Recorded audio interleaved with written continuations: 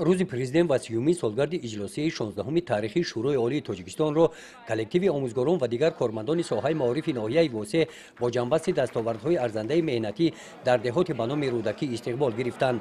با این مناسبت در همایش ایدانه مدیر شعبه معارف مقامات اجرایی حاکمیت دولتی ناحیه اهل معارفچیان ناحیه را تبریک نموده قید نمودند که اجلاسی 16 تاریخی شورای عالی تاجیکستان از روز 16 نوامبر تا روز 2 دکمبر سال 1992 در شهر باستانی خوجند برگزار کرده شده حجت‌های مهمی تاریخی قبول کرد که به دوره نوین تاریخ دولتداری تاجیکان راه گشود.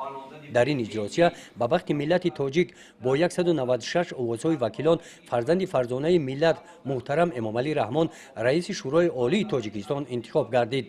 سرور جوان دولت نوین تاجیکان فضای تیرگون کشور را با سیاست وطن پرورانه روشن و منور کرد. در این چاره‌بینی در ادامه سخنرانی آموزگاران وضع مرکب حیات سیاسی اقتصادی در آن سالها تلاش‌های رهبر دولت محترم امامعلی رحمان در سمت به دست آوردن وحدت ملی من بعد رشد ساحه‌های اجتماعی و اقتصادی با تحلیل و دلیل‌ها برآمد کردند.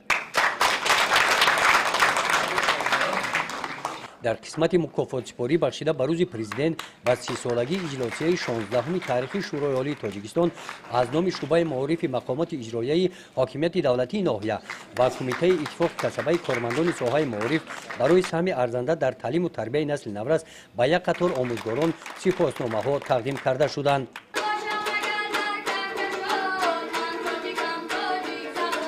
همایش با قسمت فرهنگی برنامه آماده نموده مکتبیان با جلب باشندگان مؤسسه تحصیلات تا مکتبی خصوصی به نام عایشه پایان یافت.